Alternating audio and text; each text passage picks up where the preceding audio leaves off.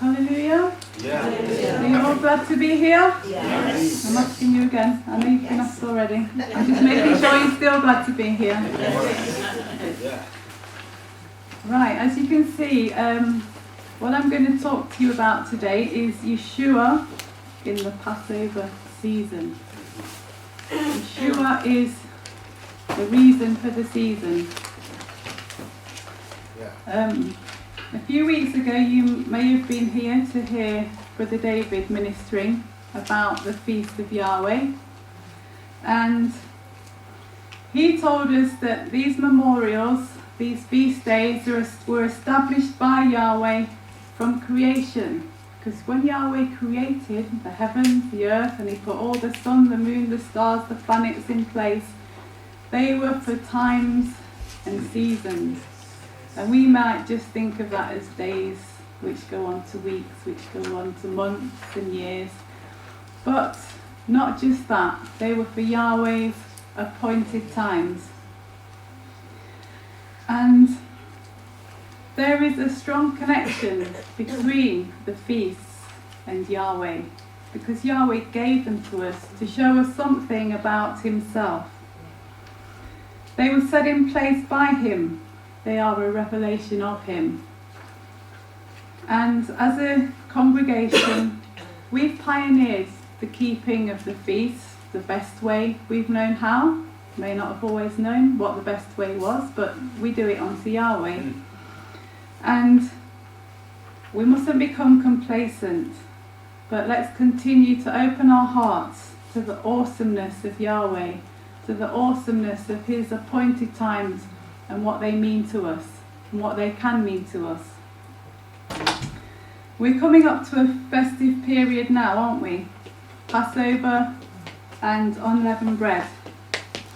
I wonder how much preparation we've done. Or if you're a last minute person, perhaps you haven't even started, or perhaps you haven't thought about anything yet. But it's an important time of the year. In fact, in Yahweh's calendar, we're coming up to the beginning of the year. We might have thought that we had the beginning of the year in January, but actually it does make more sense that the beginning of the year starts in the springtime. And the first two feasts are Passover and unleavened bread. And these two feasts are tied together, and they fall halfway through the first month of Yahweh's new year. So what do they mean to us today? Okay, we may have heard the story of the Exodus from Egypt time after time after time. And so we know from the account of Israel's history that the Passover was significant to their development as a nation. In fact, it was a turning point for them as a people. And it was a giant step towards them being formed into a nation, a covenant community under Yahweh's leadership. But the festival of Passover and unleavened bread today can remind us of the miracle through which we are saved from sin and spared the wrath of Yahweh. And hopefully we can look back to a turning point in our lives when we were set free to live a new life, separate from the slavery of sin. See, the Old Testament account points to a greater new covenant reality. And if we look at the two alongside each other, we can appreciate the wonder of Yahweh's plan of redemption for mankind. The old is a shadow of the new, and we can also apply both to ourselves and take in what Yahweh wants for us. So the festival season of Passover and unleavened bread is not just a historical account of a past civilization, but it's a reminder of the living reality of Yahshua and what he has accomplished for us. Do we believe that? Yes. Right, and today I'm going to be making a few connections between the old covenant, the new covenant, and what we are doing today. And as we move on, I'd like you to also try and make some connections between the old, the new, and you. Okay? Remember that, the old, the new, and you. Firstly, we're going to touch on Yahshua as the Passover lamb, which we probably have heard quite a lot about. And then we're going to talk about Yahshua as the bread of life. Okay, so the Passover lamb. We read in the account of Exodus that the Israelite families had to choose on the 10th day of the first month a young male lamb without defect. And this lamb was to be slaughtered on, do you know what day of the month? The 14th day of the month. And it had to be roasted with fire and eaten by the household. Look into the new covenant. We read that Yahweh himself chose a lamb. He chose a lamb as a sacrifice for our sin. In fact, Isaiah the prophet told us about this lamb. If we read Isaiah 53, verse 7, we read that Yahshua was oppressed and afflicted, yet he did not open his mouth. He was led like a lamb to the slaughter. As a sheep before its shearers is silent, so he did not open his mouth. Isaiah foretells the Messiah as a suffering servant, somebody who took upon himself the iniquity of us all. You see, the whole point of sacrifice from the beginning was to take on the sin and punishment of another. And in offering himself up as a sacrifice, Yahshua bore the whole weight of sin and paid the price for sin in full. No past sacrifice had ever done that. As the lamb that was sacrificed in the Israelite households was the guarantee that the angel of death would pass over their house and they would be released from slavery and the whips of the taskmasters, so Yahshua came to free mankind from the slavery of sin. And it was interesting for me to note that the word for oppressed in this scripture also bears reference to taskmasters. And if we think back to the Israelites in Egypt under the whip of the taskmasters, we can imagine that they were under great pressure, great strain. And in offering himself as a sacrifice for us, Yahshua, he underwent immense strain and pressure on our behalf.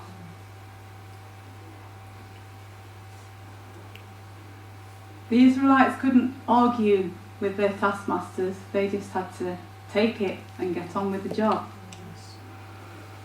You know, and Yahshua, he had to submit himself to pressure. He even had to undergo pressure from the ruler of the kingdom of darkness.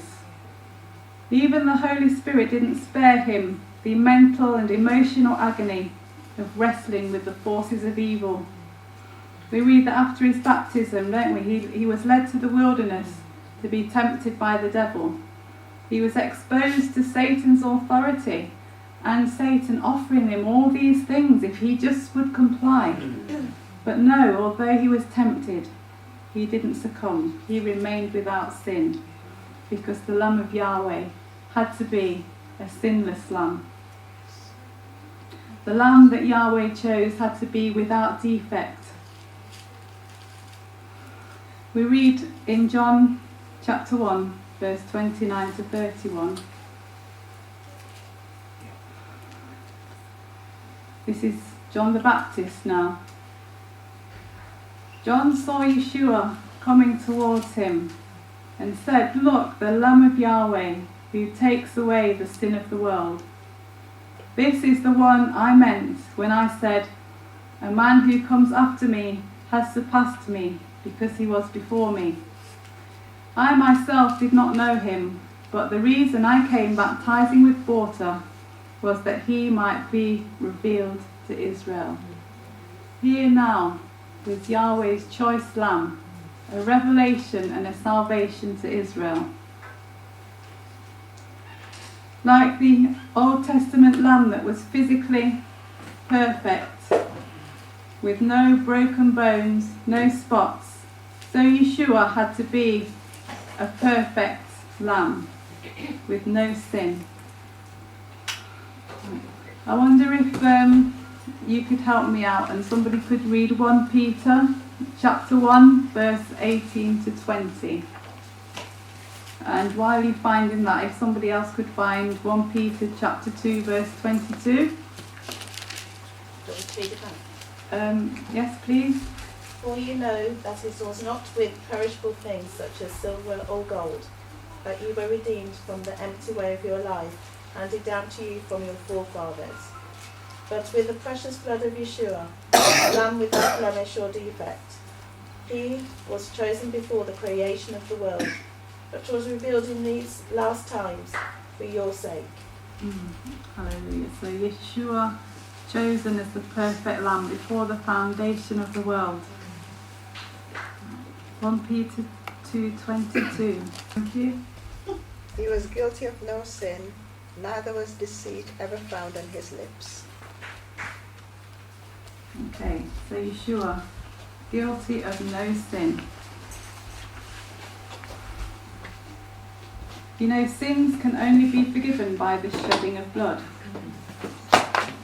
And in the Old Covenant they made sacrifice after sacrifice. And the blood of bulls and goats, the writer of Hebrews says, could never take away that sin.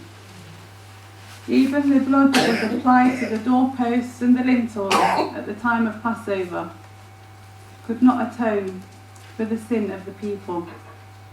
It is only the blood of Yahshua, the sinless lamb, that can deal with the inner state of mankind. Hallelujah. Our salvation today is dependent upon the blood that Yahshua shed for us. And okay, I'm a great believer in signs and symbols, and I'm a great believer that Yahweh, who created the heavens and the earth and all that we see, is a creative being with a creative mind. And Yahshua can speak to us through objects, through food, through creation. And he left us a legacy. We call it a symbolic legacy in the bread and the wine. See, before Yahshua was crucified, he had a memorial supper, didn't he, with them? We call it the Last Supper, when he dined with his disciples. And this was something that was symbolic of the sacrifice that he was going to make. This passage I'm going to read is from Luke 22, verse 14 to 20. It says, "When the hour came, Yahshua and his apostles reclined at the table, and he said to them, I have eagerly desired to eat this Passover with you before I suffer. For I tell you, I will not eat it again until it finds fulfillment in the kingdom of Yahweh." After taking the cup, he gave thanks and said, "Take this and divide it among you. For I tell you, I will not drink again from the fruit of the vine until the kingdom of Yahweh comes." And he took bread, gave thanks, and broke it, and gave it to them, saying, "This is my body given for you. Do this in remembrance of me." In the same way, after the supper, he took the cup, saying, "This cup is the new covenant in my blood. which is poured out for you. Yahshua left something to remember him by. And throughout the centuries, the bread and the wine have been used as a reminder of this sacrifice. We could go to most Christian churches and find the bread and the wine at some point. But sadly, this memorial has been detached from the feast period in which it was conceived in a lot of cases. And in our celebrations at Passover, as well as eating the lamb as part of a memorial meal, we also partake of the bread and wine, and we can establish the link with the new covenant that Yahshua sealed with his blood. The Passover is all about Yahshua. It's all about remembering him, and the bread and wine just help us to do that. And it doesn't matter when we do take the bread and wine, but let's not forget when it was initiated. So, what about the bread then? We've talked about the lamb with his shed blood. What about the bread? Because we don't leave it at Passover, we move on, don't we, to the Feast of Unleavened Bread. Well, we're going to go back to Egypt again to find out a bit more about the bread, okay? So, let's remind ourselves of how and why the sons of Jacob came to be in Egypt. Right, you might have a clue up there, but how did the family of Israel come to be in Egypt? There was a famine where? There was a famine in Canaan where they lived, but there was grain in Egypt, wasn't there? Because Joseph, their brother, who they had mistreated, had ended up right where he needed to be, in the house of Pharaoh, Potiphar. And he was now governor of Egypt. And throughout the years of famine, because Joseph knew what was coming, he'd stored up grain in the land of Egypt. And Jacob, who was in the place of starvation, Jacob and his sons, decides that it's time to send his sons to buy corn in Egypt so that they would survive. And to cut a long story short, they eventually ended up in the land of Egypt because Joseph invited them. He gave them a choice piece of land, and in Egypt they are nourished with bread. Okay, I'm going to read Genesis 47 verse 14 to 19, and I want you to just take notes of how many times bread is mentioned and the importance of it.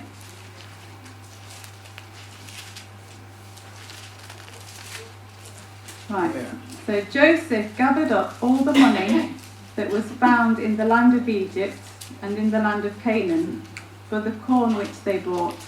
And Joseph brought the money into Pharaoh's house. And when money failed in the land of Egypt and in the land of Canaan, all the Egyptians came unto Joseph and said, "Give us bread, for why should we die in thy presence, for the money faileth?" And Joseph said, "Give your cattle, and I will give your cattle, if money fail." And they brought their cattle unto Joseph, and Joseph gave them bread in exchange for horses and for flocks and for cattle and for herds and for asses. And he fed them with bread for all their cattle for that year. When that year was ended, they came to him the second year and said to him, "We will not hide it from my lord how that our money is spent. My lord also hath our herds of cattle. There is nothing left in the sight of my lord but our bodies and our lands. Wherefore shall we die before thine eyes, both we and our land? Buy us and buy our land for bread, and we and our land will be servants unto Pharaoh, and give us seed that we may live and not die, that the land be not desolate. See, Joseph was quite a businessman, wasn't he? Because the people ended up selling everything that they had to Joseph just so that they could have bread to eat. The famine was so bad that bread had to be used as currency to buy cattle and land for the people because they needed food. You see, bread was a big deal in Egypt. Actually, it was the Egyptians who invented the means of grinding grain, and they were experts in the art of bread baking. The ancient Egyptians are known for their development of leavened bread. Not only that, but also for the production of beer, for those who are interested. Now, an early form of leavened bread was made by retaining some of the dough of a former batch and leaving it for a while and then mixing it with the new batch. And that was called the sourdough method. And I think it's still used today in some instances. So the lady of the house would make her batch of bread, not put all of it in the oven to bake, but take a little bit, put it aside, and then the next time she came to make the bread, she'd put that sourdough in the bread that she was making, and that would have picked up some leaven agents from the air. It would have started to ferment, and so that sourdough would make the bread rise, and that's how they made leavened bread.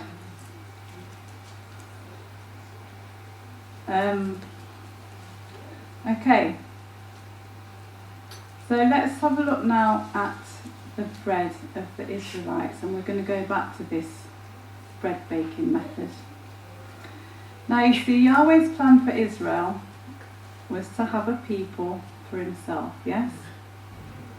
Right, he'd allowed them to live in Egypt where they'd had to eat the bread of the Egyptians because that's all they had. That's what they lived on. And they may have even been paid for their labour in bread because this was common practice. Remember, everybody sold everything to Joseph for bread. However, now Yahweh was going to do a new thing, because Yahweh was in the business of creating a new batch of people. And this new batch of people, called Israel, were meant to be separated unto him, and they couldn't be contaminated with the sourdough of Egypt. You see, in order to serve Yahweh and to have him rule over them, they had to come out of Egypt. They had to leave Egypt behind, they had to leave the bread of Egypt behind, and they had to become a new nation, a new people. Notice that before the account of Exodus that we read in the Bible, Yahweh had appeared to Moses, and he'd advised Moses to go to Pharaoh because they needed to go into the desert to sacrifice. Now, this seems to me like Yahweh had an appointed time for Israel to leave Egypt. And Yahweh knew how long it was going to take between Moses and Aaron first going to Pharaoh, Yahweh hardening Pharaoh's heart, sending all the plagues one by one, and to the point where they actually reached the Red Sea. So, in Exodus 5 verse 1 we find that Moses does go to Pharaoh, and he asks if the people can go and hold a feast in the wilderness. So what feast were they going to hold in the wilderness? Do you think that Passover started because Yahweh told them to roast the lamb and paint the lintels, and just because they didn't have time for the bread to rise? Or was it set in place from the beginning of time? Because remember, Yahweh ordained times and seasons, and everything in Yahweh's timetable was planned from the beginning of creation. So Moses requests from Pharaoh a 3-day journey to sacrifice in the desert. And I read something written by a theologian by the name of Roland de Val, and he refers to something called the Feast of the Matzoth. That reminds me of Matzos, yeah? And he says that this was an ancient festival which probably preceded the Exodus, being the feast that the Israelites wanted to celebrate in the desert. And this was a celebration where unleavened bread was eaten. And originally this would have marked out the beginning of the barley harvest, because barley was the first crop to be gathered in the springtime. And for the first 7 days of the harvest, only bread made with new barley and without yeast was to be eaten.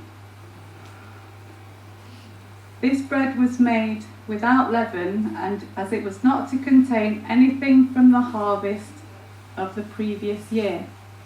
Okay, so we've said that the springtime is Yahweh's new year. So from the first of the month, they would begin to collect the barley, and it would be this barley from this year's harvest that would be used to make the bread. Nothing from the year before. Now I believe that the Israelites in Egypt would have been conscious of the new moon that ushered in the new year at the beginning of spring. And I think that it's possible that the appointed feast dates were set in order before the event that we know as the Exodus from Egypt, and that Yahweh planned the deliverance to fit in with an already appointed time.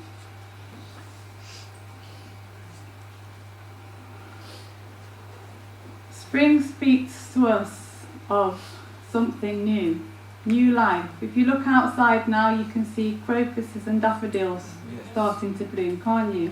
And doesn't it just lift your spirits when that which was dead or wasn't visible suddenly springs to life? Suddenly there's colour in the garden. You don't see it come, but suddenly it's there. And the principle of unleavened bread is linked with newness of life. Remember what I read. The bread was to be made from the new crop of barley, not grains from the previous year. It was to contain no leaven. It was a new batch with no old dough. No wonder Paul said, therefore, let us keep the feast, not with the old leaven, neither with the leaven of malice and wickedness, but with the unleavened bread of sincerity and truth. You see, Yahweh's timetable is one of constant renewal. Every year, the seasons come and they go. Every year, springtime and harvest.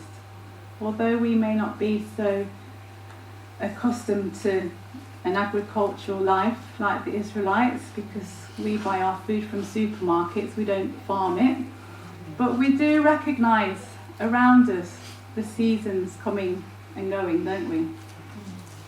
Everything is renewed in creation.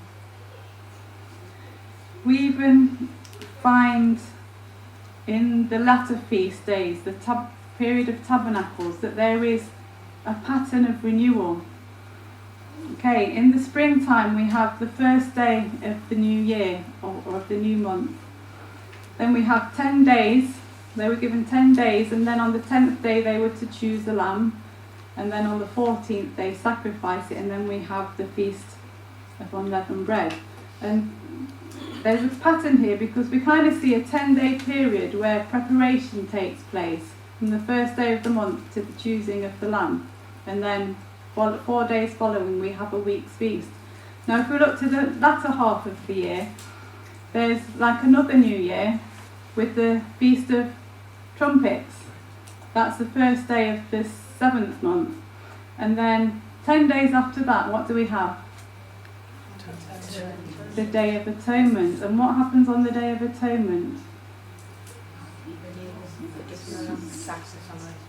It was the day when the high priest entered the Holy of Holies, wasn't it, on behalf of the people. We don't need to do that today, but we remember the atonement, and we have those 10 days between trumpets and atonement to renew ourselves, to think about things, think about our lives, so that by the time we get to the Feast of Tabernacles, we are prepared and we're ready to enter that feast, because Yahweh is an Elohim of renewal.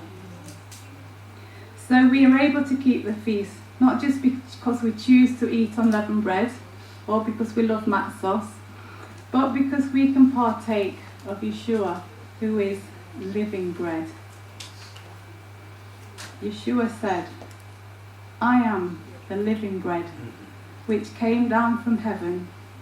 If any man eat of this bread, he shall what? Live forever. And the bread that I will give is my flesh, which I will give for the life of the world. So here again we see a connection between the bread and the flesh of Yahshua, the body of Yahshua.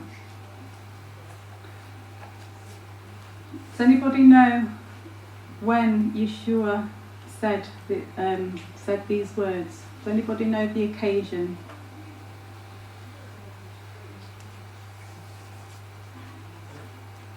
Bible knowledge people, come on now. Yahshua was talking about bread, yeah? Any guesses? No, it wasn't the Last Supper. Alright, I'll tell you. Right, if we look at John chapter 6, because that's where it comes from. It was the feeding of the 5,000. Okay. Right, now this is really exciting actually. It's really interesting, I find. Because if we look at the account of the feeding of the 5,000, remember one of the focal points of this miracle is bread again, because we're talking about bread, yeah? We can see in this account a pattern that actually mirrors the account of Passover. You see, John's account, John's writing is structured to Jewish people, and one of his motives is to take their attention from what they knew of Moses, of the prophets, and to focus their attention on Yahshua, because Yahshua had come to do a new thing. So, we have Yahshua and a great crowd of people, don't we? And the people are hungry. I don't know why they didn't have their breakfast, but anyway, they're hungry. And Yahshua goes up to a mountainside, and we actually read in verse 4 that the Passover feast is near. Alright? No, not yet, don't change it yet. Okay. Right, so the Passover feast is near. We've got a clue there of the Passover. Right, so Philip says, how are we going to buy bread for all these people to eat? 8 months' wages won't buy enough bread for everybody to have a bite. And then what happens? The little boy comes to the rescue, doesn't he? And what does this boy have? 5 loaves and 2 fish. What were the loaves made from? Barley. I wonder if they were made from the barley of the new harvest, of the new crop. Maybe just a thought, huh? Okay, so Yahshua takes these 5 loaves. Does 5 ring a bell for anything? Okay. 5. Okay, now there's a thing. Yeah. How many books of Moses were there? 5. Okay.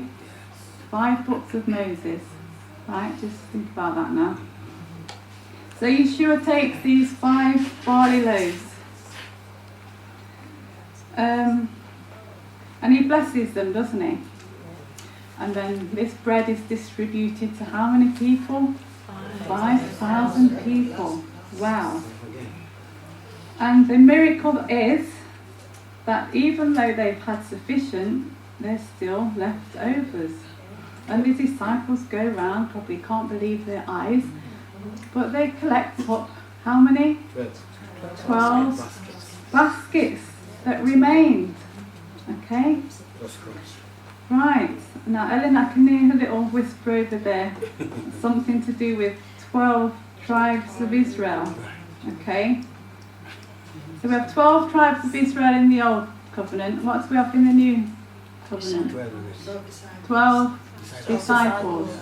Okay? Now, if we look at the example of the tabernacle in the wilderness, in the holy place there was a lampstand, and in front of the lampstand was showbread. How many? 12. 12. Okay? 12 loaves of showbread in the tabernacle. Okay, so do you think that Yahshua is perhaps making connections between what the Jews know about the Old Covenant here? Okay? 12 baskets left. 12 tribes of Israel.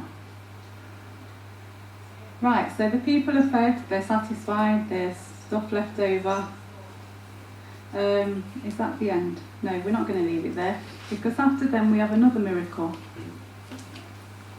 Right, what happened when the children of Israel, they'd eaten their meal, they were satisfied, they were all ready to go, they got to a point where, oh no, what happened?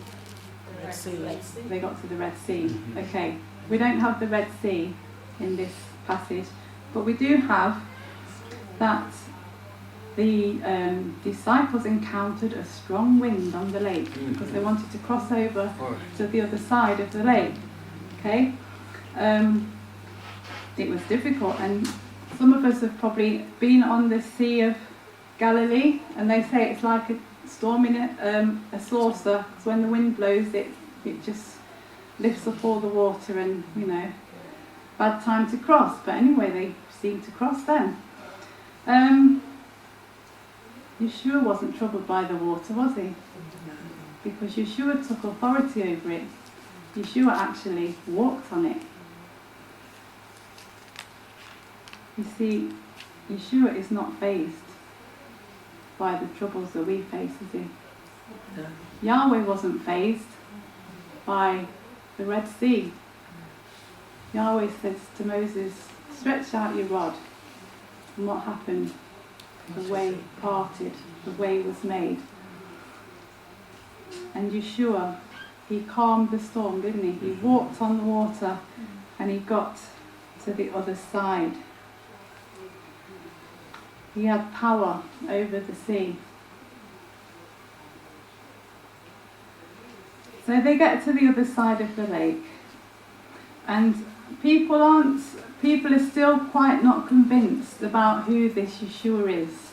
They've still got a lot of questions. They've seen him do miracles, but hang on, we don't know this guy. We don't know what's happening here. And they begin to think about Moses.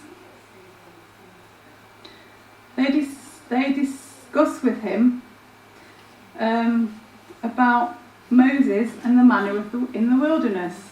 You see, they're making some connection with bread and manna and Moses, and they kind of want to know what Yahshua is actually doing, because Moses is their hero.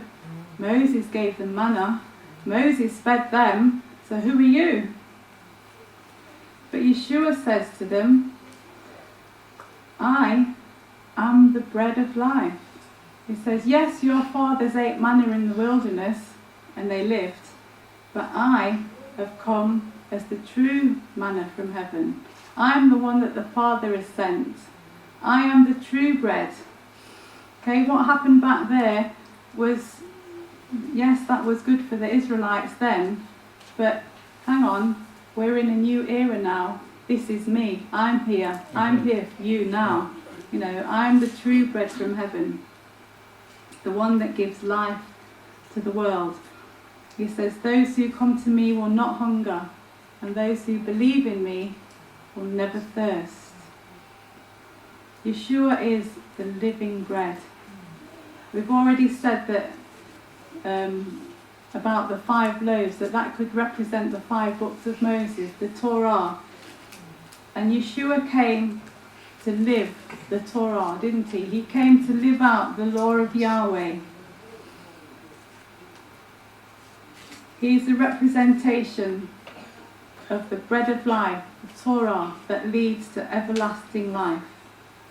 Earlier on in John we read that the Word became flesh and dwelt among us. Yahshua came, the bread of heaven, the word of life. And how we need to depend on Yahshua for life. During the Feast of Unleavened Bread, let's put our focus on Yahshua, our sustenance, our source of life. When we look back at the story of Joseph, we saw that people came to him, didn't they, for bread, like their life depended on it. Okay, you can buy my cattle, you can buy my land, you can buy myself, if you just give me bread. Are we that desperate for Yahshua? Yahshua, you can have all of me. You can have this, you can have this. I lay myself before you, Yahshua, just so that I can feast on you as my living bread, just so that I can have your life within my soul. Are we that desperate for Yahshua? Let's rekindle that desperateness for Yahshua, that we might desire more of him, that he might fill our hearts and fill our souls with new life. What does Yahshua want to do in our lives? You know, sometimes we have to make a transition from the old to the new. You know, the Jews who John was writing to, they found it very difficult to make that transition from Moses, who they knew, to Yahshua, who was kind of a foreign being. They didn't quite understand him, know where he was from. Was he really from Yahweh? Had he really come from heaven? It was difficult to make that transition. You know, sometimes Yahweh wants something new from us or in us, and it's difficult making changes, isn't it? It's difficult making a transition for us sometimes. But Yahweh, I said, he's the Elohim of renewal. Let Yahweh work in us. Let him renew us. Renew our minds, renew our thoughts, renew our spirits. The Gospel of John is very clear of the fact that the feasts were celebrated in Yeshua's days. And we can be grateful. I'm grateful that, you know, we have got these feasts, because I think that as a congregation they draw us together. They give us focal points throughout the year. And, you know, I think that we should come to them with open hearts and with understanding as to what they're about. And it's not that they've been done away with because Yahshua came. Many people think that the feasts are not for us anymore. We're Christians. We can celebrate Yahshua every day of the year. We can look to him at all times. We don't need these points in our calendar. They're for the Jews. You know, but when Yahweh sets something in place, he sets it in place for eternity. It's not here today, gone tomorrow. It's for us who have accepted him as our Saviour. And our understanding of the feasts can enhance our understanding of Yahshua in the whole plan of Yahweh. Yes, Yahshua was the fulfillment of Passover and unleavened bread. But because of this, we can celebrate them as people who have experienced the work of redemption in our lives. And we can look to Yahshua and be glad and rejoice because he has done something for us. So this year, as we celebrate the Feast of Unleavened Bread, may we be conscious of the living bread that came from heaven.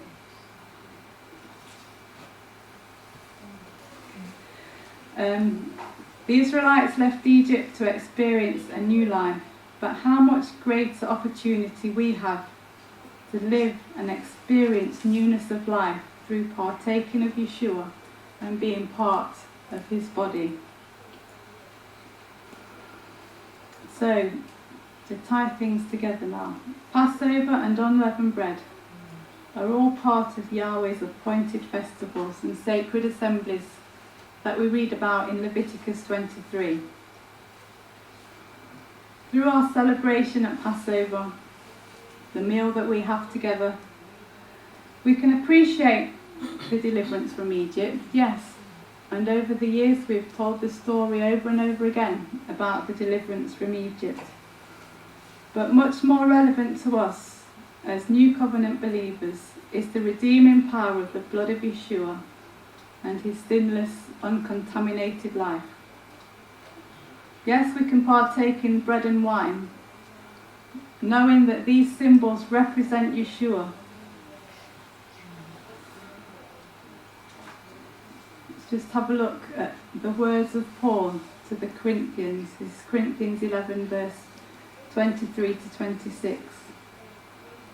For I received from Yahweh that which I also delivered to you, that Yahshua, in the night in which he was betrayed, took bread, and when he had given thanks, he broke it, and said, "This is my body, which is for you. Do this in remembrance of me." In the same way he took the cup also after supper, saying, "This cup is the new covenant in my blood. Do this, as often as you drink it, in remembrance of me. For as often as you eat this bread and drink this cup, you proclaim Yahshua's death until he comes."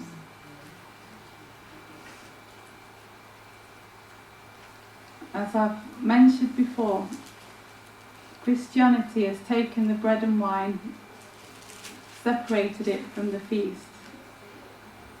And it's okay, because Paul said, as often as you drink this. So, perhaps it doesn't matter when we do this. But whilst it's true that the bread and wine can be used throughout the year to help us appreciate the body of Messiah, it doesn't take away from the fact that the initiation of this new covenant principle was integrally linked to the Passover season. So let's keep the feasts with understanding. Let's keep the feasts with the unleavened bread, not just the matzos, but the unleavened bread of sincerity and truth, knowing why we're doing it, knowing Yahshua in whom we believe. Unless we know the truth, we can't experience the fullness of the feast. But if we've accepted the truth, then celebrating them should be a normal part of our worship. It should be a part of our year, of our yearly plans. It should be a part of our worship to Yahweh, who set the signs and seasons in place, and who calls us to come together at his appointed times. Yahweh bless you, and have a great feast.